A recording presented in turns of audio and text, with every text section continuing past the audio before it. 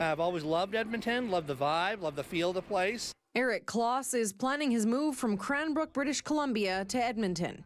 Super excited about it. And of course, the real estate is extremely affordable when you look at big cities across Canada. Kloss says that just 6 years ago, he could afford to purchase his home in Cranbrook. Now, as he prepares to sell and move, Edmonton is the most affordable option. I'm in a position where I can probably sell my house and pay off my mortgage and then buy a house outright, so I won't have any mortgage payments. In fact, Edmonton has ranked as one of the most affordable places to live in Canada, second only to Regina, Saskatchewan. An op-ed by finance expert Hanif Bayat for the Globe and Mail shows that Edmonton's home price to disposable income ratio is 4.61. To put it simply, if the average household income is $100,000, the average home price is $461,000. You look at income versus, housing costs. In Edmonton, Alberta, in general, is still the highest wages in the whole country.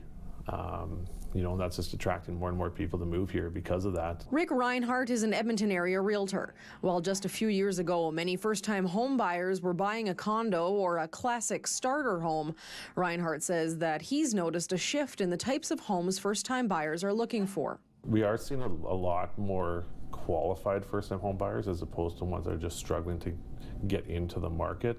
We're dealing with people who have saved up a lot more than they normally would. But even though Edmonton ranks high on the affordability scale, actually buying the house you want could prove to be a challenge. Reinhardt says there was a shortage of inventory to start the spring market, causing many homes to sell well over asking price. It's very difficult to tell people that, you're buying your first home, I'm going to need you to write an offer $20,000, $30,000 over list price just to compete. So I encourage patience with any first-time home buyers for sure. Buyer fatigue is very real, and we're seeing it a lot right now. People are just getting tired of losing after offer. The good news, Reinhardt says, is that the tides are turning. Be patient. The market, it is turning in your favor. Just don't be discouraged, and just ride it out, and eventually the great house will pop up for you.